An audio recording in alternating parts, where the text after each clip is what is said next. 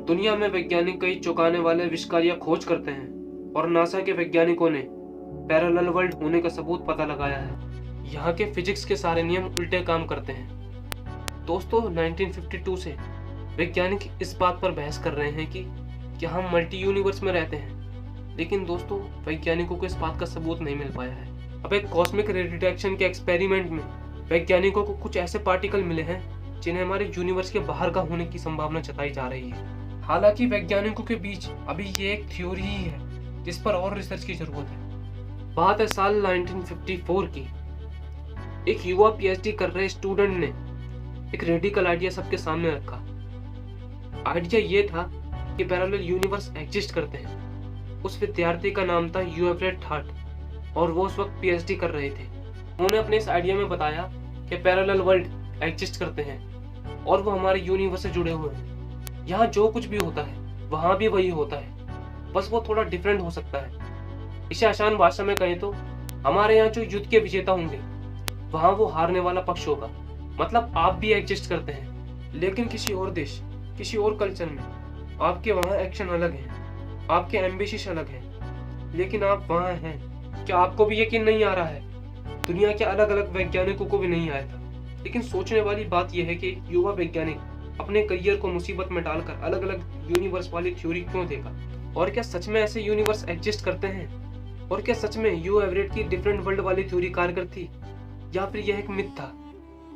Hello guys, मैं हूं अली बाबा science और स्वागत है एक बार फिर से एक और कमाल की वीडियो में जो बेस्ड है पैरेलल यूनिवर्स की थ्योरी पर। मल्टीवर्स को समझने से पहले हमें यह समझना होगा कि हमारा यूनिवर्स कैसे जन्मा और मल्टीवर्स की थ्योरी आई कहां से।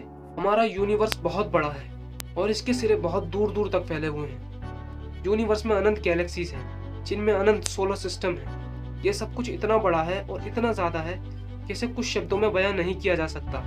हमारे वैज्ञानिक आज तक ये पता लगाने की कोशिश कर रहे हैं कि जीवन की शुरुआत कहाँ से हुई थी और क्या भविष्य में कभी हम खत्म हो सकते हैं। कई सारी रिसर्च और स्टडीज के बाद पता लगाया जा सका है कि हमारी दुनिया, हमारा सोलर सिस्टम, ये सारा यूनिवर्स एक बिंदु के रैपिड एक्सपेंशन से बना था। इस रैपिड एक्सपेंशन को बिग बैंग कहा जाता है। बिग बैंग से रिलेटेड 1918 में थ्योरी ऑफ इन्फ्लेशन दी गई थी। इसे एलन गथ और एलन लांडे ने डेवलप किया था। इस थ्योरी में बताया गया है कि जब बिग बैंग हुआ तो शुरुआत में यहाँ कुछ भी मौजूद नहीं था और जो कुछ भी था वह बहुत गर्म हो चुका था।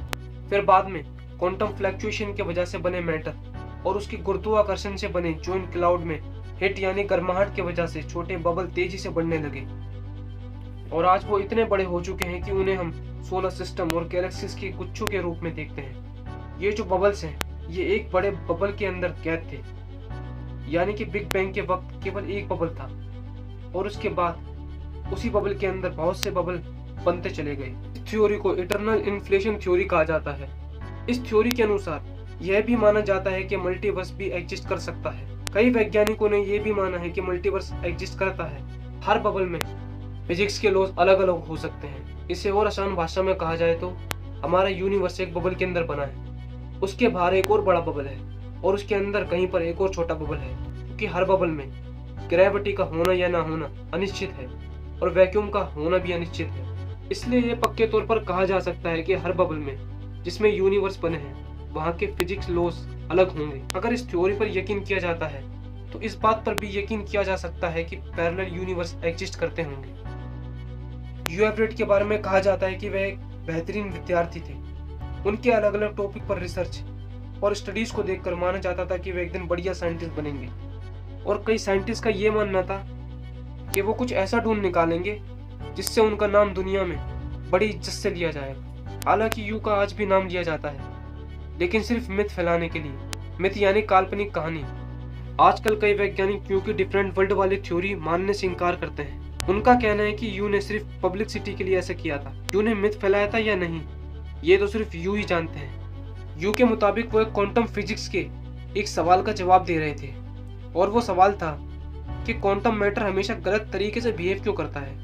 ऐसा माना जाता है कि यू एवरेट पहले ऐसे इंसान थे जिन्होंने मल्टीवर्स की थ्योरी को माना था, लेकिन उनसे भी पहले सन 1600 में जोर्डानो ब्रूनो नाम के एक वैज्ञानिक ने यह बताया था कि मल्टीवर्स एग्जिस्ट करता है और उनकी थ्योरी और भी ज्यादा कॉम्प्लेक्स थी, क्योंकि उनका कहना था कि पैरेलल यूनिवर्स एग्जिस्ट करता है और उसके साथ केवल एक ही पैरेलल यूनिवर्स एग्जिस्ट नहीं करता, बल्कि कई सारे पैरेलल यूनिवर्स एग्जिस्ट करते हैं जिसमें हम सब अलग अलग जिंदगी जी रहे हैं। इन दोनों ही थ्योरीज के बाद वैज्ञानिकों ने अलग अलग तरह के कॉन्क्लूजन्स निकाले, जिनमें 4 सबसे ज्यादा सटीक माने गए। चारों ही कॉन्क्लूजन को 4 लेवल के रूप में पब्लिश किया गया और इनको नाम दिया गया पैरेलल यूनिवर्स थ्योरी।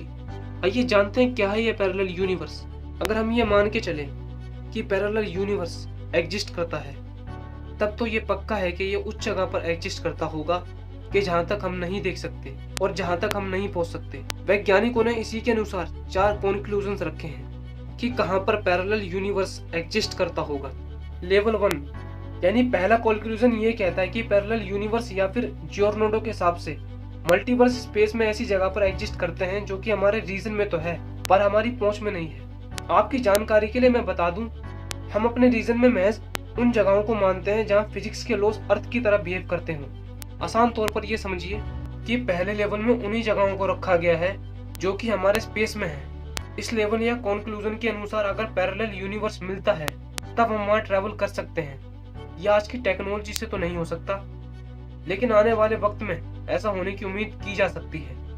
दूसरा लेवल या पैरेलल यूनिवर्स की एक्सिस्टेंस के दूसरे कॉन्क्लूजन में ये माना गया है कि पैरेलल यूनिवर्स उस जगह पर एग्जिस्ट करता होगा जहाँ पर फिजिक्स के लॉज हमारी तरह नहीं होंगे।